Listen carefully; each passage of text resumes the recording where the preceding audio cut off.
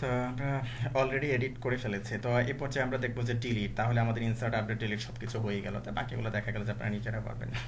বিষয়টা হলো এরকম। তো এখন এই যে এখানে ক্লিক করার পর ডিলিট হবে, ফাংশনালিটি আমরা করব। তো ফাংশনালিটিগুলো করার জন্য আমরা এখানে যথারীতি বেজ ইউআরএল দিয়ে যেটা দিয়ে নিয়েছিলাম, আইডি পাস করে দিয়ে নিয়েছিলাম, অবিকল এরকম একটা মেথড আপনাকে কল করতে হবে এখানে। ওকে, আমি জাস্ট কি করলাম, এখানে দিলাম। তো দেওয়ার পর ধরুন এখানে আমি দিলাম যে ডেল স্টুডেন্ট, ডেল স্টুডেন্ট। তো আমরা এখানে যেরকম করি এর আগে আমি দেখেছি যে অন ক্লিক কনফার্ম, যে আপনি যে অ্যাকশনটা দেন এখানে, সাপোজ আমি দিলাম যে অন ক্লিক ইকুয়াল টু, আপনি এখানে লিখবেন যে return confirm. Okay, return confirm. তো রিটার্ন কনফার্মের মাঝে জাস্ট আপনি দিলেন যে are you sure to remove. Okay, আমি কোয়েশ্চেন মার্ক দিয়ে নিলাম, সেভ দিলাম, দেখি কাজ করছে কিনা। তো এখানে রিফ্রেশ করতে হবে। ওকে, তো ক্লিক করলাম, এই যে কাজ করছে। Okay fine. তো ধরুন এই যে এখানে আমি কি করলাম, এই যে ডিলিট ডেল স্টুডেন্ট নিলাম, যথারীতি আমার এই যে স্টুডেন্ট কন্ট্রোলারের মাঝে, অর্থাৎ স্টুডেন্ট যে কন্ট্রোলার ক্লাস আছে এর মাঝে আমি কি করবো, এটা তৈরি করে নেব। ওকে, ধরুন আমি লিখলাম যে পাবলিক ফাংশন, আমি লিখলাম যে ডেল স্টুডেন্ট। ডেল স্টুডেন্ট আপনি করছেন এখানে। তো এখানে আপনি যে কাজটি করছেন খেয়াল করে দেখুন, দরকার নেই এগুলো রাখার। আর আমার এটা কি এডিটও দরকার নেই।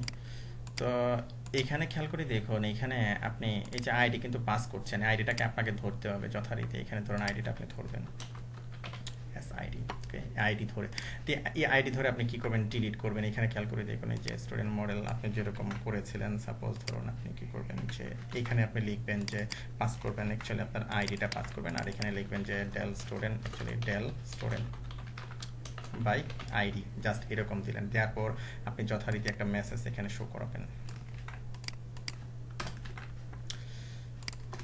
এখানে লিখবেন যে data deleted successfully, deleted successfully. আর এটা যাবে কোথায়, এটা যাবে স্টুডেন্ট লিস্টের মাঝে যাবে। এই যে স্টুডেন্ট লিস্ট, অ্যাকচুয়ালি এই যে স্টুডেন্ট লিস্টের মাঝে যাবে, যে স্টুডেন্ট লিস্টের মাঝে যাবে। আর এখানে আপনার দেওয়ার দরকার নেই, রিডাইরেক্ট হয়ে যাবে কি স্টুডেন্ট লিস্ট। তো এখন এই যে স্টুডেন্ট লিস্টের মাঝেও কিন্তু আপনাকে এখন এই যে দেখি খেয়াল করি, তো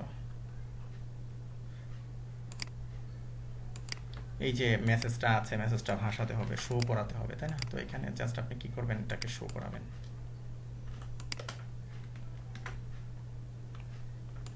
অর্থাৎ ডিলিট হওয়ার পর সে ওইখানেই থাকবে, ওই পেজেই থাকবে, ওই পেজের মাঝে আপনি রিডাইরেক্ট করে দিচ্ছেন। ওকে, আপনি ডিলিট ফাংশনালিটি এখন তৈরি করবেন। তো এই যে delete student by ID copy করলাম।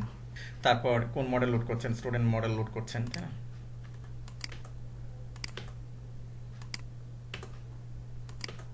স্টুডেন্ট মডেলটা লোড করছেন। তো ধরুন আমি এখানে একটা ওই মেথডটা তৈরি করে নেব, actually public function delete student by ID. তো এখানে আপনি কি করবেন, ডিলিট করবেন খুব সহজে। যে এখানে বারবার দিস ডিবি লেখা লাগছে, তাই না? কত সুন্দর করে দিস ডিবি আপনি কি করছেন, এখানে ডিলিট করছেন। আপনি হয়ার কন্ডিশন দেবেন, যে এখানে তো আছে যে, আচ্ছা থাক আমি এইভাবে লিখছি যে হয়ার,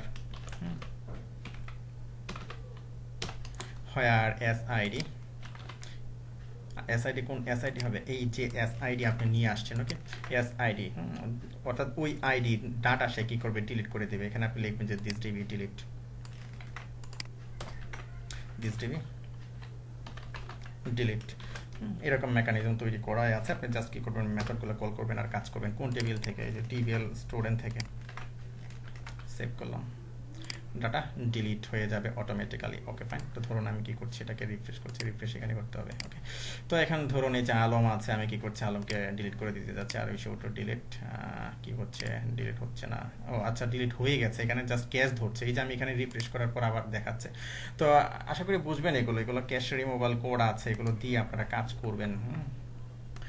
যেমন ক্যাশ রিমুভাল, অ্যাকচুয়ালি ক্যাশ যাতে না ধরে তার জন্য যে কাজটি করি, যেমন এখানে এই যে কনস্ট্রাক্টরের মাঝে আমরা কি করছি, এখানে কিছু কোড আমরা দিই নিই সাধারণত, দিস আউটপুট সেট হেডার, এই যে লাস্ট মডিফাই। আমরা এর আগে আমি আপনাদেরকে দেখিয়েছি যে যখন এখানে প্রজেক্ট করি আপনাদেরকে, যে এই যে প্রজেক্টগুলোর মাঝে কিন্তু দেখিয়েছিলাম যে হেডারের মাঝে আমরা এই ধরনের কোড দিয়ে নিয়েছিলাম। তো এখানে যে কোঅর্ডিনেটর আপনারা এইভাবে দিবেন। তো এগুলো টাইপ করে করবেন, যেমন স্ক্রিনশট দিয়ে অথবা ভিডিওটা পজ দিয়ে আপনারা এগুলো টাইপ করে নেবেন, যে দিস আউটপুট সেট হেডারের মাঝে এটা সেট করেছি, তারপর ক্যাশ কন্ট্রোল সেট করেছি, ক্যাশ কন্ট্রোল এগুলো সেট করে দিয়েছি।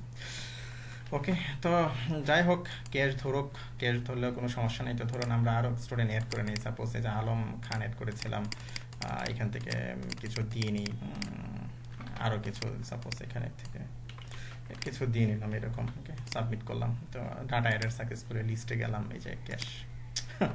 যাই হোক, এগুলো সমস্যা নেই। তো ধরুন এখানে এটাকে রিফ্রেশ করলাম, এই যে ডাটা ডিলিটেড সাকসেসফুলি, আবার ক্যাশটা কে এলো এখন। তো যাই হোক, এগুলো ক্যাশ ধরবে, কোনো সমস্যা নেই, আপনারা এগুলো বুঝবেন, ক্যাশ রিমুভাল কোড আপনারা ব্যবহার করবেন।